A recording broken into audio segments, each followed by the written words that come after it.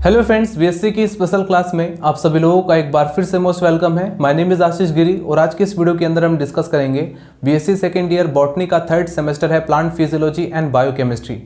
दोस्तों, इस सेमेस्टर से ऑलरेडी मैं कई सारी वीडियोस अपलोड कर चुका हूं। आप चैनल के अंदर जाएंगे, आपको प्लेलिस्ट मिल जाएगा या फिर आप इसी वीडियो के डिस्क्रिप्शन बॉक्स में आपको लिंक मिल जाएगा। बायोकेमिस्ट्री से प्रोटीन्स और कार्बोहाइड्रेट्स को मैं कवर कर चुका हूं। अभी बहुत सारे स्टूडेंट रिक्वेस्ट करें सर हमारे एग्जामिनेशन पेपर करीब आ रहे हैं, तो जितने भी इंपॉर्टेंट क्वेश्चन है आप उसको कवर करें, और मैं उसी को ही कवर कर रहा हूँ। तो मैं सभी स्टूडेंट से कहना चाहूँगा, अभी आप लोग अपने डेट शीट का इंतजार मत करें। काफ़ी सारे ऐसे कॉलेज है जहाँ पर एग्जामिनेशन पेपर स्टार्ट हो चुका है, कई सारे ऐसे कॉलेज है जहाँ पर अभी डेट शीट आ चुकी है एग्जामिनेशन पेपर की, और कुछ ऐसे भी कॉलेज है जहाँ पर अभी डेट शीट नहीं आई है।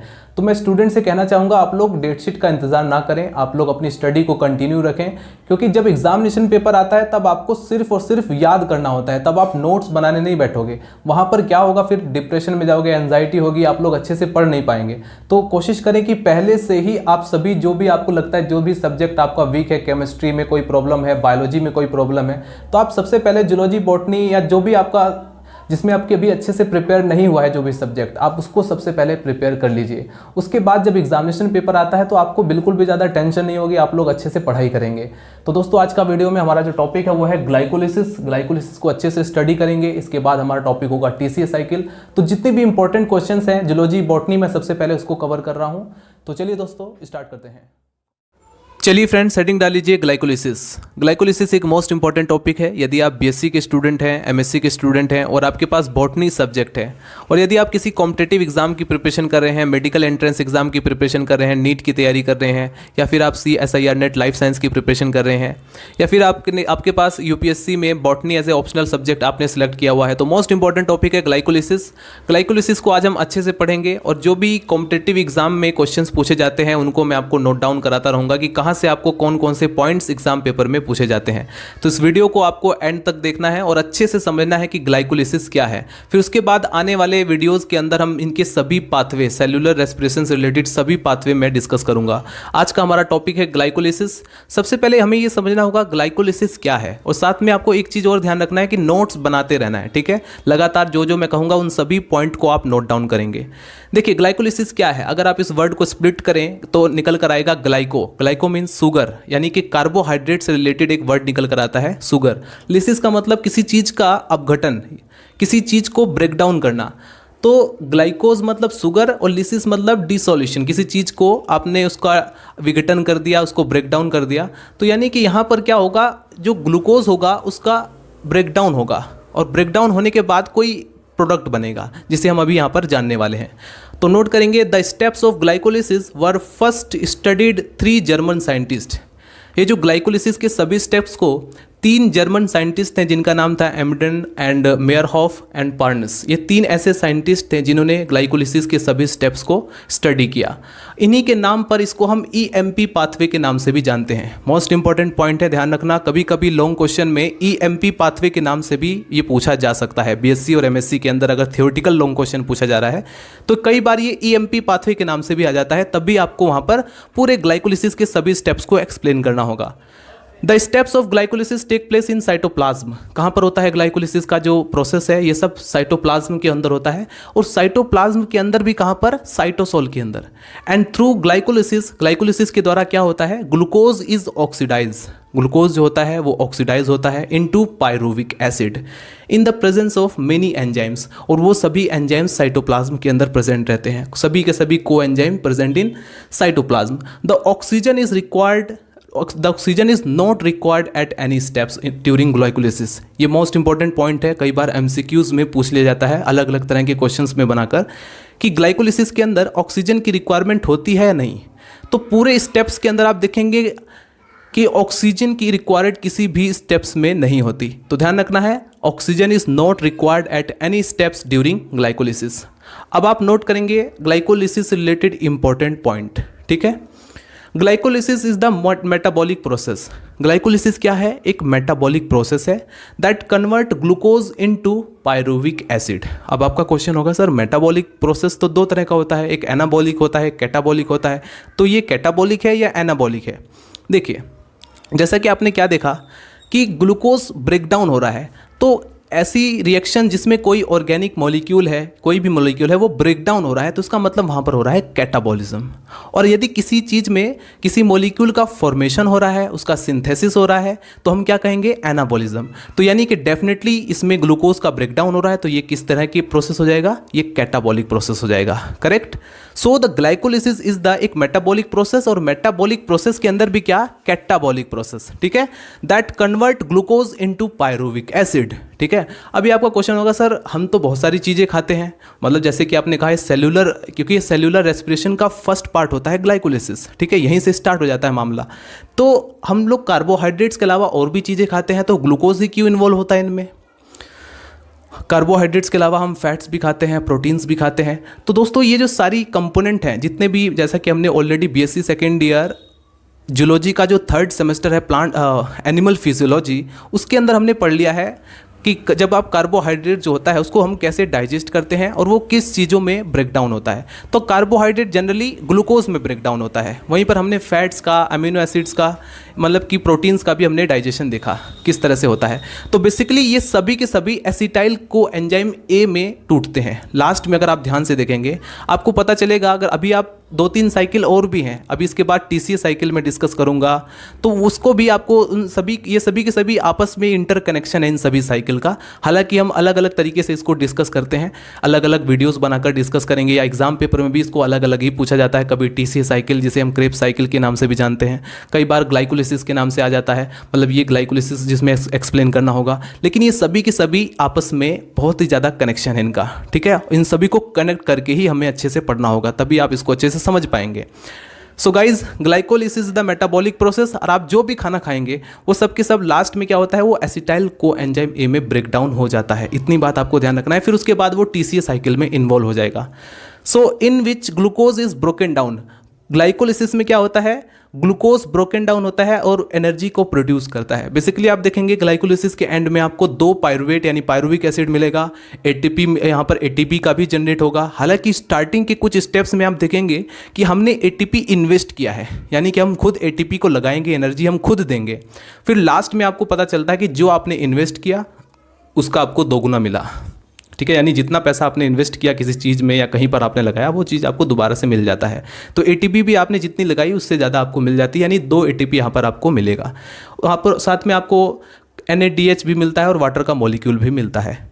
The process take place in cytosol, जैसा कि मैंने आपको कहा कि ये साइटोप्लाज्म के साइटोसोल में होता है, और इन द प्रेजेंस ऑफ और अब्सेंस ऑफ ऑक्सीजन। ध्यान रखना ये एरोबिक और एनारोबिक दोनों कंडीशन में होगा। ऑक्सीजन प्रेजेंट है तो भी होगा, ऑक्सीजन नहीं प्रेजेंट है तो भी होगा। ठीक है, दोनों कंडीशन में ये होता है। अभी मैं आपको बताने वाला हूँ, क्योंकि अलग अलग ऑर्गेनिज्म है। अब इतने सारे ऑर्गेनिज्म है, प्लांट है, एनिमल है, बैक्टीरिया है, और ये जो फंजाई है, मतलब कि इतने सारे ऑर्गेनिज्म में, इन सभी में लगभग एक ही तरह की जो रिएक्शन चल रही है, तो कुछ तो डिफरेंस होगा। तो वो सारी चीज़ें हमें समझनी है। ठीक है, तो एनिमल और प्लांट के अंदर जनरली जब एरोबिक कंडीशन होती है तब वहाँ पर क्या बनता है, और एनारोबिक कंडीशन में प्रोडक्ट क्या बनता है। ठीक है, ये सारी चीज़ें हम समझने वाले हैं। तो इस वीडियो के अंदर मतलब बहुत से जो छोटे छोटे से डाउट रहते हैं वो सब के सब खत्म होंगे। ठीक है, glycolysis is the primary steps of cellular respiration, one of the most important topic, और इससे रिलेटेड भी क्वेश्चन बनाया जा सकता है कि सेल्यूलर रेस्पिरेशन का प्राइमरी स्टेप जो फर्स्ट स्टेप है उसको डिस्कस कीजिए। तो आप क्या डिस्कस करेंगे, ग्लाइकोलिसिस। EMP पाथवे अगर पूछा जाए तो क्या डिस्कस करेंगे, ग्लाइकोलिसिस।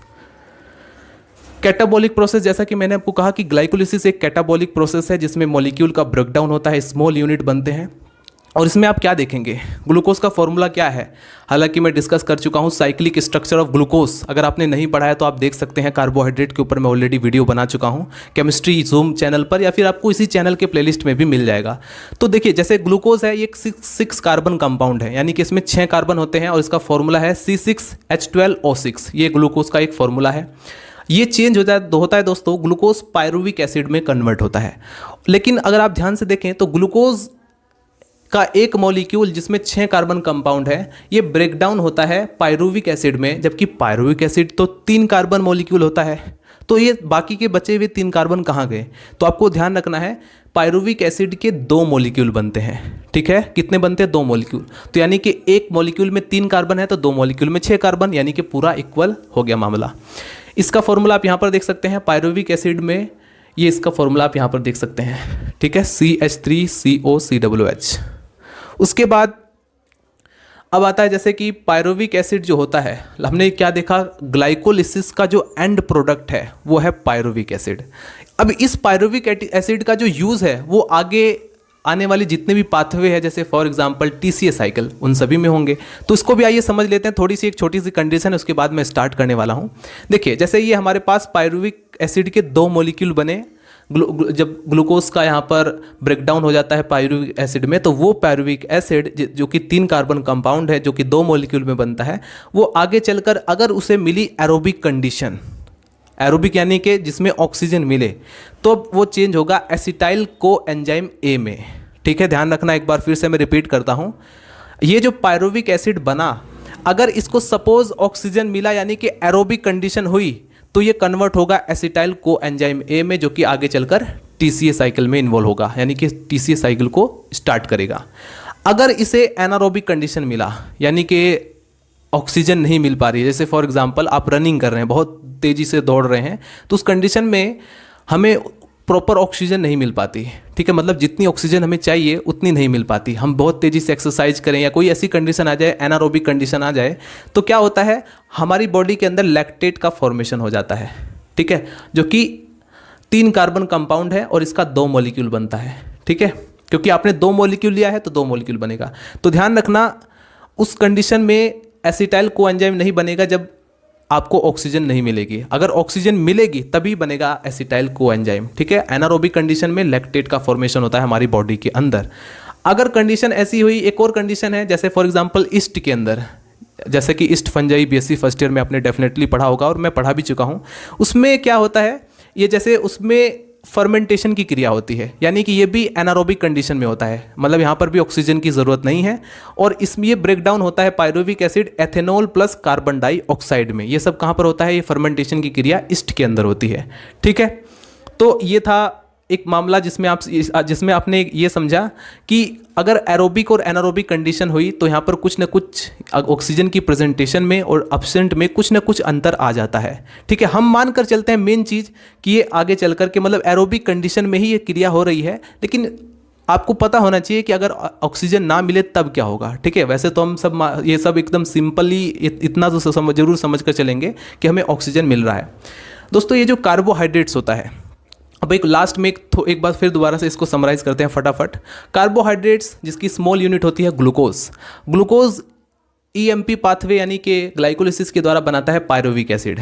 पायरुविक एसिड में अब जहाँ पर अगर एरोबिक कंडीशन हुई तो ये टीसीए साइकिल में इन्वॉल्व हो जाएगा और फिर ये बनाएगा carbon dioxide plus H2O, water का मॉलिक्यूल प्लस कार्बन डाइऑक्साइड बनाएगा, और यहाँ पर 673 किलोग्राम कैलोरी, मतलब इतनी एनर्जी रिलीज होगी। वहीं पर अगर एनारोबिक कंडीशन हुई यहाँ पर तो C2H5OH ethyl alcohol plus carbon dioxide ये बनेगा। ये कहाँ पर होता है, फर्मेंटेशन की क्रिया के द्वारा। इसमें 21 किलोग्राम कैलोरी एनर्जी निकलती है, रिलीज होती है। तो इन दोनों में आपने थोड़ा सा डिफरेंस भी देख लिया है। तो ये है कार्बोहाइड्रेट्स, जब यहाँ पर सारा प्रोसेस है सेल्यूलर प्रोसेस। ठीक है, तो चलिए स्टार्ट करते हैं ग्लाइकोलिसिस के बारे में। इनकी सभी स्टेप्स को हमें अब कंप्लीट करना है। चलिए फ्रेंड्स, ग्लाइकोलिसिस के अंदर होने वाली सभी रिएक्शंस को हम स्टेप बाय स्टेप समझते हैं। यहाँ पर ये जो आप आउटलाइन देख रहे हैं, ग्लाइकोलिसिस के कंप्लीट प्रोसेस को मैं डायरेक्टली इस आउटलाइन के द्वारा भी आपको समझा सकता था, बट ये जो आप देख रहे हैं थ्योरेटिकल पोर्शन मैंने इसलिए कवर किया है ताकि बीएससी के स्टूडेंट यहाँ से नोट्स बना सकें। स्पेशली मैं जो वीडियोज़ बनाता हूँ वो बीएससी के स्टूडेंट के लिए बनाता हूँ। तो इसका मतलब ये नहीं कि आपको ये आउटलाइन नोट नहीं करना है, दोनों ही इंपॉर्टेंट है, आपको दोनों ही नोट करना है, थ्योरेटिकल भी और आउटलाइन भी। आउटलाइन तो आपको डेफिनेटली एग्जाम पेपर में शो करना ही पड़ेगा, तो इसको आपको अच्छे से समझना है, हर स्टेप को अच्छे से समझना है और ध्यान देना है कि मैं क्या बोल रहा हूँ उस पर भी आपको फोकस करना है, ताकि आपको पता चलता रहे कि आखिर फर्स्ट स्टेप में जो दूसरा स्टेप चेंज हुआ, फर्स्ट स्टेप में कोई कंपाउंड सेकंड स्टेप में चेंज हो रहा है तो वो क्यों चेंज हो रहा है, आखिर चेंज होने की ज़रूरत क्या पड़ी, ये सारी चीज़ें आपको पता होनी चाहिए। चलिए स्टार्ट करते हैं। स्टेप फर्स्ट जो होता है वो है फॉस्फोराइलेशन। दोस्तों सबसे पहले जैसा कि मैंने स्टार्टिंग में आपको बता दिया था कि ग्लाइकोलिसिस के अंदर ये जो ग्लूकोज होता है, ग्लूकोज का एक मॉलिक्यूल पायरुविक एसिड के 2 मॉलिक्यूल बनाता है, यानी कि एंड प्रोडक्ट जो है ग्लाइकोलिसिस का वो पायरुविक एसिड के 2 मॉलिक्यूल बनना है। करेक्ट। तो देखिए स्टार्टिंग होगी ग्लूकोज से ही। ग्लूकोज 6 कार्बन वाला कंपाउंड है, यानी कि इसमें 6 कार्बन है। करेक्ट। अब इसी चीज़ को आपको देखते रहना है कि ये जो 6 कार्बन वाला कंपाउंड है कैसे 3 कार्बन वाले कंपाउंड में कहाँ पर ये चेंज होता है। इसको अगर बहुत ही डिटेल में जाएंगे, अगर आप CSIR नेट लाइफ साइंस के लेवल पर पढ़ेंगे तो इसकी सभी रिएक्शंस को, सभी स्टेप्स को अलग अलग भागों में डीपली स्टडी किया गया है। लेकिन हम BSc के लिए लेवल पर पढ़ रहे हैं तो आपको डायरेक्टली ये सब मैं समझा देता हूँ और इसको आप लिख लेंगे। ठीक है, चलिए स्टार्ट करते हैं। फॉस्फोराइलेशन का मतलब क्या होता है? फॉस्फोराइलेशन का मतलब होता है फॉस्फेट ग्रुप का एडिशन। ठीक है, फॉस्फेट ग्रुप का एडिशन, उसी को हम कहते हैं फॉस्फोराइलेशन। तो फॉस्फोराइलेशन होता किसका है? ग्लूकोज का होता है। यानी कि ग्लूकोज में एक फॉस्फेट ग्रुप आकर के जुड़ता है और बन जाता है ग्लूकोज 6 फॉस्फेट। ग्लूकोज 6 फॉस्फेट क्यों लिखा है? क्योंकि ग्लूकोज का जो 6वां कार्बन है, यानी जो 6 कार्बन नंबर 6 है, वहां पर आकर फॉस्फेट ग्रुप जुड़ता है। इतनी बात क्लियर है? तभी ये बनता है ग्लूकोज 6 फॉस्फेट। अब आपका क्वेश्चन होगा सर फॉस्फेट देता कौन है? तो फॉस्फेट मिलता है इसको ATP से। ठीक है, जो हमारे बॉडी के अंदर एनर्जी जो स्टोर रहती है ATP के फॉर्म में, यहीं से ATP से कन्वर्ट हो जाता है ADP में। ATP क्या है? ATP का अगर आप फुल फॉर्म देखेंगे तो एडिनोसिन ट्राइफॉस्फेट, यानी ATP के पास 3 फॉस्फेट हैं, ट्राइफॉस्फेट। अब ये चेंज हो जाता है एडिनोसिन डाइफॉस्फेट, यानी 2 फॉस्फेट सिर्फ इस पर बचते हैं। एक फॉस्फेट कौन लेता है? ग्लूकोज ले लेता है और बनाता है ग्लूकोज 6 फॉस्फेट। अब ये जो रिएक्शन है फर्स्ट स्टेप वाली, इसमें जो एंजाइम पार्टिसिपेट करता है उसका नाम है फॉस्फोहेक्सोकाइनेस। इसको हम हेक्सोकाइनेस से भी शो कर सकते हैं, फॉस्फोहेक्सोकाइनेस से भी शो कर सकते हैं। अब यहाँ पर ये जो बना फर्स्ट स्टेप के द्वारा, ये जो ग्लूकोज 6 फॉस्फेट बना, ये भी 6 कार्बन कंपाउंड है। करेक्ट। तो फर्स्ट स्टेप में आपको समझ में आया क्या क्या हुआ? ये जो आप देख रहे हैं Mg2+, ये यहाँ पर इसको कन्वर्ट करने में हेल्प करता है। एंजाइम जो होता है फॉस्फोहेक्सोकाइनेस, ये भी इस कन्वर्जन में हेल्प करता है। Correct. Loss of 1 ATP molecule, ये भी आपको बहुत ही ध्यान से, अगर आप कॉम्पिटिटिव एग्जाम की प्रिपरेशन कर रहे हैं तो इसमें एक एक चीज़ ध्यान रखना है, क्योंकि ATP से रिलेटेड ही क्वेश्चन ज़्यादा एग्जाम पेपर में पुट आउट किए जाते हैं। फर्स्ट स्टेप में लॉस ऑफ 1 ATP मॉलिक्यूल, एक ATP मॉलिक्यूल जो है हम यूटिलाइज करते हैं, इन्वेस्ट करते हैं, जो कि लास्ट में हमें मिलेगा। अभी हम क्या कर रहे हैं? इन्वेस्टमेंट कर रहे हैं।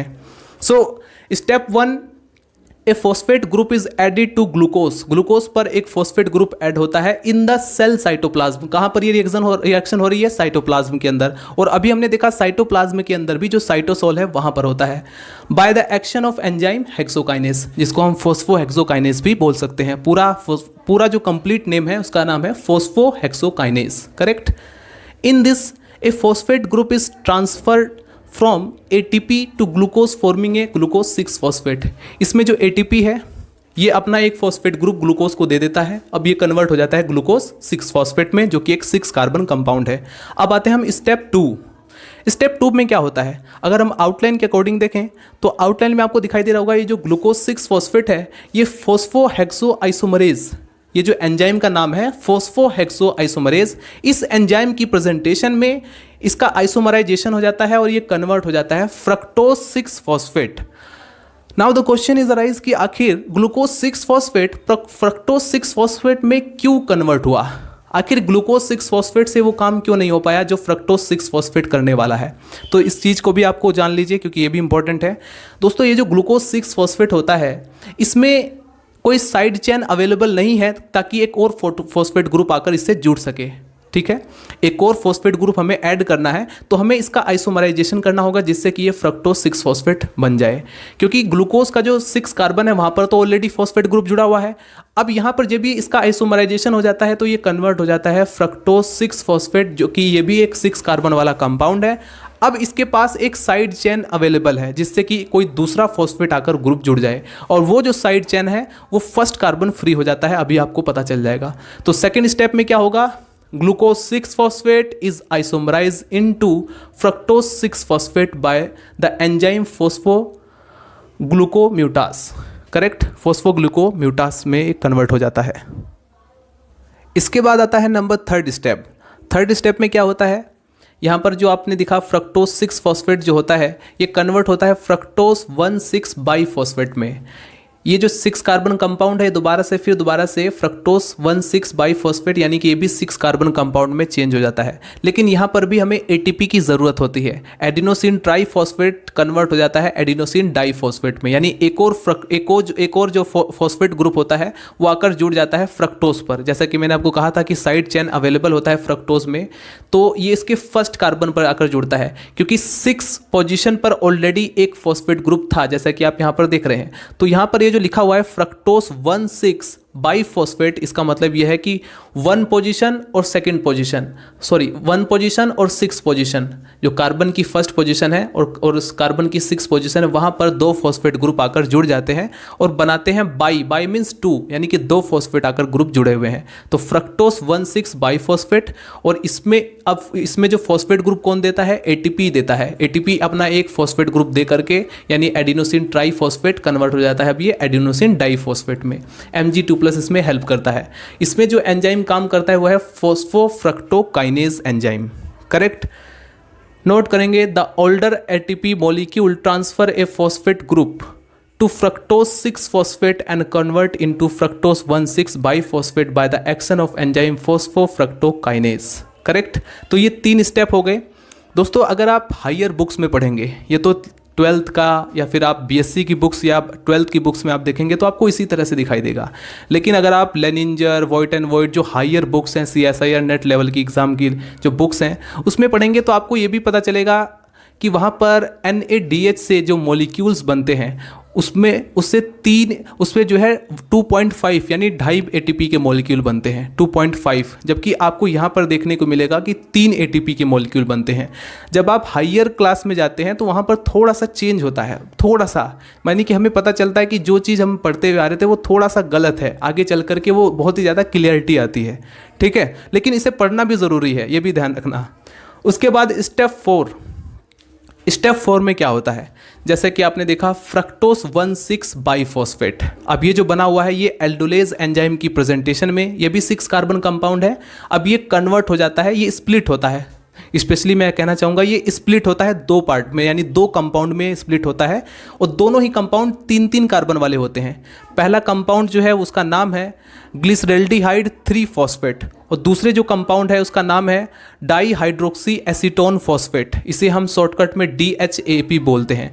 तो ये जो फ्रक्टोस 1,6 बाइफॉस्फेट था ये स्प्लिट हो जाता है या टूट जाता है glyceraldehyde 3 phosphate and dihydroxy acetone phosphate. ठीक है, किसकी प्रेजेंटेशन में? एल्डोलेज एंजाइम की प्रेजेंटेशन में। अब ये 3 कार्बन वाले कंपाउंड बन चुके हैं। ठीक है, ये भी 3 कार्बन वाला कंपाउंड है, ये भी 3 कार्बन वाला कंपाउंड है और ये एक दूसरे में आपस में इंटरकन्वर्जिबल है, यानी कि आपस में ये जो है आइसोमराइज होकर के एक दूसरे में चेंज हो सकते हैं। Correct.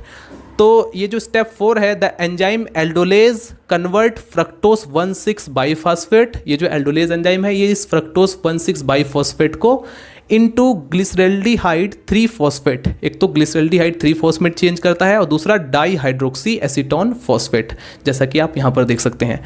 Which are isomer to each other, ये एक दूसरे के आइसोमर है, यानी कि एक दूसरे में कन्वर्ट हो सकते हैं। अभी तक जितनी भी आपने देखी रिएक्शन सभी में जो इसका निशान का मतलब क्या है, ये जो एरो है दोनों तरफ है, इसका मतलब ये एक दूसरे में आपस में कन्वर्जिबल है, एक दूसरे के आइसोमर है, ये एक दूसरे में कन्वर्ट हो सकते हैं। ठीक है, तो उसके बाद देखिए स्टेप 4 में हमने इतना देख लिया है। स्टेप 5 में क्या होता है आप थ्योरी लिख सकते हैं, बाकी आगे हम आउटलाइन आगे अभी आपको मैं दिखाऊंगा। फिलहाल आप स्टेप 5 में क्या होता है बेसिकली ये जो ट्रायोस फॉस्फेट है, क्योंकि अभी तक आपने क्या देखा हेक्सोस फॉस्फेट, ये जो सभी के सभी क्या हैं, क्योंकि 6 कार्बन वाले हैं तो हेक्सोस फॉस्फेट हैं ये, लेकिन अब ये कन्वर्ट हो गए ट्रायोस फॉस्फेट में, यानी कि 3 कार्बन वाले कंपाउंड में। तो triose phosphate isomers convert dehydroxy acetone 3 phosphate which is the substrate in successive steps of glycolysis. दोस्तों ये जो आपको डाईहाइड्रोक्सी एसीटोन फॉस्फेट दिखाई दे रहा है ये चेंज हो जाता है ग्लिसरोल्डिहाइड 3 फॉस्फेट में, और फिर उसके बाद हम क्या कंसीडर करते हैं, 2 मॉलिक्यूल के साथ कंसीडर करते हैं, यानी है तो 3 कार्बन वाले कंपाउंड लेकिन हम 2-2 मॉलिक्यूल यहाँ पर कंसीडर करके चलेंगे आगे रिएक्शन में। अभी आप इसको फटाफट नोट कीजिए। तो चलिए फ्रेंड्स, ग्लाइकोलिसिस के बचे हुए स्टेप्स को कंप्लीट करते हैं। दोस्तों, जैसा कि अभी तक हमने देखा, फ्रक्टोज 1,6 बाइफॉस्फेट जो कि एक 6 कार्बन कंपाउंड होता है, वो ब्रेक डाउन हो जाता है 2 3 कार्बन कंपाउंड में। पहले कंपाउंड का नेम है 3-फॉस्फोग्लिसरल्डिहाइड और दूसरे कंपाउंड का नाम है डाईहाइड्रोक्सी एसीटोन फॉस्फेट। ये दोनों के दोनों कंपाउंड 3 कार्बन कंपाउंड है, इसलिए इन दोनों को हम कहते हैं ट्रायोस फॉस्फेट। इससे पहले जितने भी कंपाउंड थे वो सब के सब हेक्सोस फॉस्फेट थे। हेक्सा मतलब 6 और ट्राइस मतलब 3, तो वो 6 कार्बन कंपाउंड थे, इसलिए उसे हम कहते थे हेक्सोस फॉस्फेट। अब ये 3 कार्बन कंपाउंड है, इसे हम क्या कहेंगे? Triose phosphate. करेक्ट। एक बात और भी मैंने आपको बताया था कि ये दोनों के दोनों कंपाउंड एक दूसरे के आइसोमर है, यानी कि इनका एक दूसरे में इंटर कन्वर्जन हो सकता है। ये जो डाईहाइड्रोक्सी एसीटोन फॉस्फेट है, ये कन्वर्ट हो सकता है 3-फॉस्फोग्लिसरल्डिहाइड में। तो ये कन्वर्ट होकर के अब इसके 2 मॉलिक्यूल्स बन जाएंगे। तो फाइनली हमें क्या मिला? 3-फॉस्फोग्लिसरल्डिहाइड के 2 मॉलिक्यूल्स हमें मिल गए। अब ये दोनों मॉलिक्यूल आगे की रिएक्शंस को बढ़ाएंगे। देखिए, अब यहाँ पर जैसे भी आप जितने भी अब कंपाउंड बनते रहेंगे, उन सभी में आप 2-2 मॉलिक्यूल लेंगे, क्योंकि 2 मॉलिक्यूल की साथ रिएक्शन स्टार्ट हो रही है, तो अब 2 मॉलिक्यूल कंपाउंड ही बनेंगे। और लास्ट में 2 मॉलिक्यूल 2 मॉलिक्यूल 2 मॉलिक्यूल, ये जो पायरुविक एसिड है ये भी 2 मॉलिक्यूल में ही बनेगा। करेक्ट। तो इस तरह से हमने क्या देखा? एक ग्लूकोज से 2 पायरुविक एसिड के मॉलिक्यूल्स बनते हैं, जिसे आपको अभी नोट करना है। तो फाइनली 2 मॉलिक्यूल हैं। अब इसमें क्या होगा? इसमें क्या क्या कौन कौन सी रिएक्शन होंगी, कौन कौन से एंजाइम्स इसमें पार्टिसिपेट करने वाले हैं? तो अब इसमें होगा ऑक्सीडेशन। बेसिकली ऑक्सीडेशन का मतलब क्या होता है? कई लोग सोचते हैं कि ऑक्सीजन का एडिशन होता है तो इसे हम ऑक्सीडेशन कहते हैं। तो सही है, ऑक्सीजन के एडिशन को हम क्या बोलते हैं? ऑक्सीडेशन। लेकिन अगर हाइड्रोजन का रिमूवल हो रहा है तो भी उसको हम ऑक्सीडेशन बोलते हैं। ऐसी रिएक्शन जिसपे हाइड्रोजन जो है वो निकल रहा है, रिमूव हो रहा है, तो उसको भी हम बोलते हैं ऑक्सीडेशन। तो यहाँ पर क्या होगा? यहाँ पर ऑक्सीडेशन होगा। तो ऑक्सीडेशन में हाइड्रोजन रिमूव होगा। ठीक है। तो 3-फॉस्फोग्लिसरल्डिहाइड में क्या होता है? इसमें हाइड्रोजन रिमूव होता है। अब 2 मॉलिक्यूल हैं तो 2 हाइड्रोजन रिमूव हो गए। अब ये जो दोस्तों हाइड्रोजन रिमूव होता है, किस एंजाइम की प्रेजेंटेशन में होता है, किस एंजाइम की हेल्प से होता है? डाईफॉस्फोग्लिसरल्डिहाइड डीहाइड्रोजिनेज, मेनली डीहाइड्रोजिनेज एंजाइम की वजह से यहाँ पर 2 हाइड्रोजन निकलते हैं। डी का मतलब क्या होता है? निकलना। अभी तक मैंने BSc second year organic chemistry में काफ़ी सारी रिएक्शंस में आपको बताया है। डी का मतलब क्या होता है? निकलना। जैसे डी कार्बोक्सिलेशन मतलब कार्बोक्सिलिक ग्रुप का निकलना। डीहाइड्रेशन का मतलब वाटर के मॉलिक्यूल का निकलना। तो इस चीज़ को आपको समझना चाहिए। डी का मतलब निकलना, तो यानी कि यहाँ पर किसके निकलने की बात हो रही है? हाइड्रोजन के निकलने की बात हो रही है। तो हाइड्रोजन के 2 एटम जो है वो यहाँ से निकल जाएंगे। अब ये दोनों जो हाइड्रोजन के एटम है ये जाएंगे कहाँ पर? इनको एक्सेप्ट कौन करेगा? इनको एक्सेप्ट करेगा NAD+। ठीक है, NAD+ इनको एक्सेप्ट करेगा और बनाएगा NADH+। अब चूंकि मैंने आपको कहा 2 मॉलिक्यूल है, तो यहाँ पर हमें 2 हाइड्रोजन निकलेगा और 2 हाइड्रोजन को निकलने के लिए हमें 2 NAD+ की आवश्यकता होगी। और 2 NAD+ अगर इसको एक्सेप्ट करेंगे तो 2 ही हमें NADH+, H+ हमें प्राप्त होगा। इतनी बात क्लियर हो गई। तो अब यहाँ पर क्या बनेगा? अब हमें मिलेगा 1,3 बाईफॉस्फोग्लिसरिक एसिड। अब आपका क्वेश्चन होगा, सर फॉस्फेट ग्रुप कहाँ से आया? दोस्तों, फॉस्फेट ग्रुप यहाँ पर इनऑर्गेनिक फॉस्फेट की वजह से मिला। इस रिएक्शन में एक और इनऑर्गेनिक फॉस्फेट भी इसमें पार्टिसिपेट करता है। इनऑर्गेनिक फॉस्फेट कौन सा होता है? H3PO4। आप इसको नोट डाउन कर सकते हैं। IP की जगह, यानी इनऑर्गेनिक फॉस्फेट की जगह आप H3PO4 भी लिख सकते हैं, क्योंकि वो इसको फॉस्फेट ग्रुप देता है। अभी तक हमने देखा 3rd पोजीशन पर फॉस्फेट ग्रुप जुड़ा हुआ था, अब 1st पोजीशन पर भी फॉस्फेट ग्रुप जुड़ जाता है। तो इससे बन जाता है 1,3 बाईफॉस्फोग्लिसरिक एसिड। और ध्यान रखना, 2 मॉलिक्यूल्स आपको लेकर चलना है। ये भी 3 कार्बन कंपाउंड है। अब आगे क्या होगा? अब आपने जो स्टार्टिंग में हमने जो प्रिपरेटरी फेज़ में, जैसे हम बोलते हैं स्टार्टिंग के जो 5 स्टेप्स हैं उनको हम बोलते हैं प्रिपरेटरी फेज़। तो स्टार्टिंग के जो प्रिपरेटरी फेज़ में जो हमने ATP इन्वेस्ट किया था, हमने अपने जो ATP खर्च किया था, अब वो ATP हमें वापस दोबारा से मिलेगी। कैसे? देखिए, ये जो 1,3 बाईफॉस्फोग्लिसरिक एसिड है, ये अपना जो फॉस्फेट ग्रुप है ये डोनेट कर देगा ADP को। ADP को अगर एक फॉस्फेट मिल जाए तो वो कन्वर्ट हो जाता है ATP में। ADP का मतलब एडिनोसिन डाइफॉस्फेट, यानी 2 फॉस्फेट। जैसे ही उसे एक और फॉस्फेट ग्रुप मिल गया, ये कन्वर्ट हो गया एडिनोसिन ट्राइफॉस्फेट में। बात क्लियर है? तो यदि 2 मॉलिक्यूल हैं तो 2 फॉस्फेट ग्रुप डोनेट करेंगे, यानी हमें 2 ADP की रिक्वायरमेंट होगी। या अगर 2 ADP अगर दो फॉस्फेट ग्रुप को लेंगे तो कन्वर्ट हो जाएंगे दो एटीपी में। आई होप आप कंफ्यूज नहीं हो रहे होंगे, बिल्कुल ध्यान से समझ रहे होंगे। अगर ज़रा सा भी आपको प्रॉब्लम है, एक बार फिर से आप इसको वीडियो को पीछे करके इसको देख लीजिए, ठीक है। इसमें पार्टिसिपेट Ng2+ जो है इसमें हेल्प करता है। एंजाइम जो इसमें हेल्प करता है उसका नाम है फॉस्फोग्लिसरिक एसिड काइनेज, ठीक है। अब देखिए, अब यहाँ पर जैसा कि हमने कहा दो मॉलिक्यूल बनता है, तो यहाँ पर भी दो मॉलिक्यूल बनेगा। अब चूंकि यहाँ से एक फॉस्फेट ग्रुप तो निकल गया, तो बचा क्या, सिर्फ बचता है 3-फॉस्फोग्लिसरिक एसिड, क्योंकि 1 पोजीशन पर जो फॉस्फेट ग्रुप था वो डोनेट कर दिया गया था एडीपी को, करेक्ट। अब यहाँ पर बचता क्या है, 3-फॉस्फोग्लिसरिक एसिड। 3-फॉस्फोग्लिसरिक एसिड भी एक 3 कार्बन कंपाउंड होता है, और ये ग्लिसरोम्यूटास यानी कि जो फॉस्फोग्लिसरो जो म्यूटास है, इस एंजाइम की प्रेजेंटेशन में ये कन्वर्ट हो जाता है 2-फॉस्फोग्लिसरिक एसिड में। यानी कि यहाँ पर फॉस्फेट ग्रुप की जो लोकेशन है वो थोड़ी चेंज हो जाती है, वो जो है सेकंड पोजीशन पर पहुँच जाता है। अब यहाँ पर ये भी दो मॉलिक्यूल में है। अब यहाँ पर इनोलेशन का एक इसमें जो रिएक्शन होंगी, अब उसे कहेंगे हम इनोलेशन। इनोलेशन जो है इनोलेज एंजाइम की प्रेजेंटेशन में होता है, और इसमें 2 वाटर के मॉलिक्यूल्स निकलते हैं, क्योंकि 2 मॉलिक्यूल आपने लिया है तो 2 वाटर के मॉलिक्यूल निकलेंगे, ठीक है।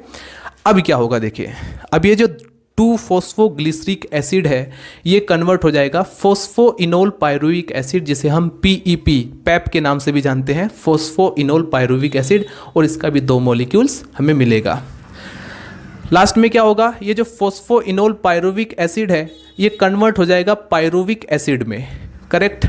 2 मॉलिक्यूल्स यहाँ पर पायरुविक एसिड के बनेंगे। और एक चीज़ और आपको ध्यान रखना है, क्योंकि फॉस्फोइनोल पायरुविक एसिड का मतलब क्या है कि इस पर अभी भी एक फॉस्फेट ग्रुप इसमें प्रेजेंट है, एक फॉस्फेट ग्रुप अब भी प्रेजेंट है, और अगर 2 मॉलिक्यूल है तो 2 फॉस्फेट ग्रुप हो जाएंगे। तो अब ये जो 2 फॉस्फेट ग्रुप हैं ये मिल जाते हैं दोबारा से एडीपी को, 2 एटीपी के मॉलिक्यूल उसको एक्सेप्ट करके बना लेते हैं 2 एटीपी के मॉलिक्यूल। तो टोटल 4 एटीपी के मॉलिक्यूल्स आपको दिखाई दे रहे हैं, करेक्ट। एक बार फिर से थोड़ा सा कैलकुलेशन करके मैं आपको बताऊंगा, क्योंकि अभी हमने क्या देखा, 2 पायरुविक एसिड बन चुके हैं, ये बात हमारा एंड प्रोडक्ट तो हमें मिल चुका है। अब एटीपी का ज़रा थोड़ा सा ध्यान देते हैं। स्टार्टिंग में हमने 2 एटीपी खर्च किया था, आपको याद हो, आप स्टार्टिंग में हमने क्या किया था, 2 एटीपी को खर्च किया था। 2 एटीपी हमें यहाँ पर मिल गया। अब यानी कि हमें इस पूरी रिएक्शन में 2 एटीपी का फ़ायदा हुआ। ये जो 2 एटीपी है ये हमारे पास ग्लाइकोलिसिस रिएक्शन में 2 एटीपी का फ़ायदा हुआ, साथ में पायरुविक एसिड भी बना, करेक्ट। अब यहाँ पर इन स्टेप्स को भी आप लिख सकते हैं, जो जितने भी बीएससी के स्टूडेंट हैं जो कि एग्जाम पेपर में इसको एक्सप्लेन करेंगे। 6 स्टेप में बेसिकली क्या है, द स्टेप अंडरगोज 2 रिएक्शन, इसमें 2 रिएक्शंस होती हैं। Number first, the enzyme glyceraldehyde three phosphate dehydrogenase transfer 1 hydrogen molecule from glyceraldehyde phosphate to NAD from NADH form. ये फॉर्म करता है, बनाता है। बेसिकली मैंने आपको स्टार्टिंग में ही बता दिया था आपको कि इसमें एक हाइड्रोजन ट्रांसफर कर रहा है और जिसको एक्सेप्ट करता है NAD, ठीक है। NAD+ इस हाइड्रोजन को एक्सेप्ट करता है। तो 2 मॉलिक्यूल होंगे तो दो यहाँ पर हाइड्रोजन होंगे तो 2 मॉलिक्यूल एक्सेप्ट करेंगे और 2 NADH+ बनाते हैं। Number second, glyceraldehyde three phosphate dehydrogenase add a phosphate to oxidize glyceraldehyde phosphate to form one three biphosphoglycerate. जैसा कि मैंने आपको कहा, ये फॉस्फेट ग्रुप कहाँ से ऐड करता है, जो इनऑर्गेनिक फॉस्फेट होता है वही यहाँ पर इसको ऐड करता है और बना देता है 1,3-बाईफॉस्फोग्लिसरिक एसिड। स्टेप 7 में क्या होता है, phosphate is transferred from one three biphosphoglycerate to form ADP to form ATP with the help of phosphoglycerokinase enzyme की प्रेजेंटेशन में। तो फॉस्फोग्लिसरोकाइनेज की प्रेजेंट में बेसिकली होता क्या है, जो ADP है वो कन्वर्ट हो जाता है ATP में, क्योंकि ये अपना फॉस्फेट ग्रुप इसको डोनेट कर देता है। चीज़ें वही लिखी हैं जो मैंने आपको स्पेशली यहाँ पर बता दिया है, ठीक है। यहाँ पर इसलिए आपको आसानी से समझ में आ जाएगा। जरूरी नहीं कि आप इसको रटने की कोशिश करें, आप डायरेक्टली लिख भी सकते हैं, जैसा कि मैंने आपको बताया कैसे क्या होता है। ATP को फॉस्फेट ग्रुप मिलता है ADP को, तो ये ATP में कन्वर्ट हो जाता है। इस तरह से भी आप लिख सकते हैं, ठीक है। स्टेप 8 में क्या होता है, the phosphate of both the phosphoglycerate, यानी कि जो दोनों के दोनों जो बचे हुए जो फॉस्फेट ग्रुप हैं ये डोनेट कर दिए जाते हैं और लास्ट में बन जाता है पायरुविक एसिड, ठीक है। अभी 2 स्टेप और भी आप लिखना चाहें तो अभी मैं उसको लिखवा देता हूं। अभी आप इसको फटाफट नोट कीजिए। ये जो पूरा आउटलाइन है ये तो आप खत्म हो चुका है, आउटलाइन आपका पायरुविक एसिड में खत्म हो चुका है, बस यहाँ पर जो स्टेप है उसको आपको लिखना होगा। तो बचे हुए स्टेप्स की थ्योरी भी आप नोट कर लीजिए। Step number 9, the enzyme enolase remove a water molecule from two phosphoglycerate to form phosphoenol pyruvate. जैसा कि आपने यहाँ पर देखा था, इनोलेशन रिएक्शन में इनोलेज एंजाइम की प्रेजेंटेशन में वाटर के 2 मॉलिक्यूल रिमूव हुए थे। कहाँ से रिमूव हुए थे? 2-फॉस्फोग्लिसरिक एसिड से। स्टेप नंबर 3 में क्या होता है? ये लास्ट स्टेप है। जब ये पैप बन जाता है तो अब इसमें क्या होता है, ये अपना जो फॉस्फेट ग्रुप है ये डोनेट कर देता है एडीपी को। तो यही आपको लिखना होगा, the phosphate from the phosphoenol pyruvate. ये जो फॉस्फेट इनोल पायरुवेट है ये फॉस्फेट ट्रांसफर करता है एडीपी को और बनाता है pyruvate and ATP by the action of pyruvate kinase. यहाँ पर दोस्तों जो एंजाइम काम करता है उसका नाम है पायरुवेट काइनेज और फाइनली बनता है पायरुविक एसिड। तो इस तरह से हमने ग्लाइकोलिसिस के पूरे प्रोसेस में क्या देखा कि ग्लूकोज का एक मॉलिक्यूल चेंज होता है 2 पायरुविक एसिड में। इतनी बात क्लियर हो गई। और दूसरा पॉइंट हमें क्या देखने को मिलता है, इसमें 2 एटीपी तो हमने इन्वेस्ट किया था, स्टार्टिंग में हमने यूटिलाइज किया था 2 एटीपी, जिसे मैंने रिप्रेजेंट किया है -2 एटीपी। लेकिन हमें मिला क्या? 4 एटीपी का हमें फ़ायदा हुआ।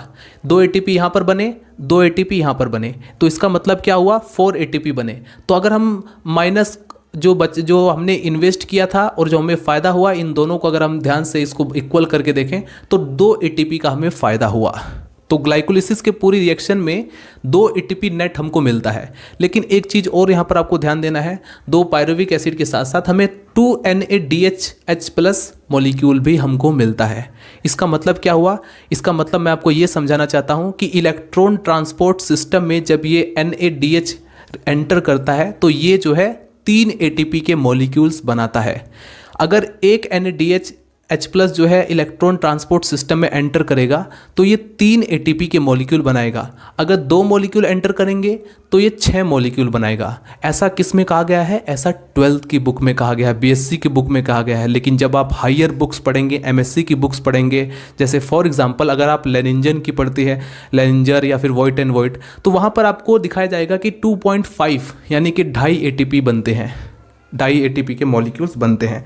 बट फिलहाल अभी आपके लिए नॉलेज के लिए मैं आपको बता रहा हूँ ताकि आप आगे चलकर कंफ्यूज ना हो या फिर आप ये ना कहें कि सर ने बताया नहीं था।